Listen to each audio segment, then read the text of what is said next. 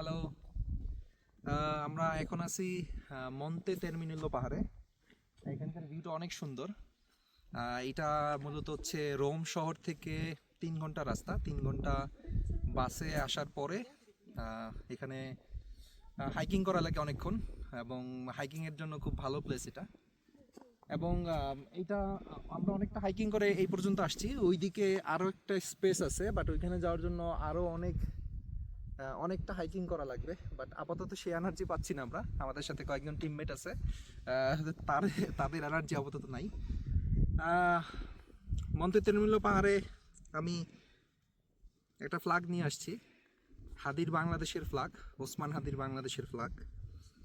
এবং ওসমান হাদি কে আসলে? ওসমান হাদি হচ্ছে এই যে ফ্ল্যাগ দেখতে পাচ্ছি আমরা, এটাই ওসমান হাদি আসলে। এই পতাকাই হচ্ছে ওসমান হাদি। ওসমান হাদি, ওসমান হাদির চিন্তাভাবনা ভবিষ্যৎ বাংলাদেশের চিন্তাভাবনা। ওসমান হাদির মোরালিটি, ওসমান হাদির থটস, ওসমান হাদির চিন্তাভাবনা সব কিছুই ভবিষ্যৎ বাংলাদেশের চিন্তাভাবনা। ওসমান হাদির স্লোগান ভবিষ্যৎ বাংলাদেশের স্লোগান। এবং আমরা ভবিষ্যৎ বাংলাদেশে ওসমান হাদির সেই চিন্তাভাবনা মোরালিটিকে ধারণ করেই, ওসমান হাদির যে কারেজ, সেটাকে ধারণ করে সামনের দিকে আগাবো। এবং ওসমান হাদির প্রতি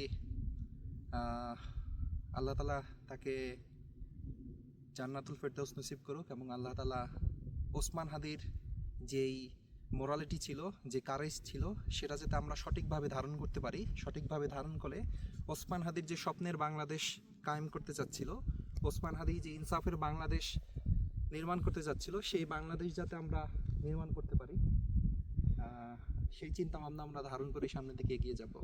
ওসমান হাদির প্রতি অনেক বেশি ভালোবাসা, শ্রদ্ধা, সম্মান, সব কিছু ওসমান হাদির প্রতি।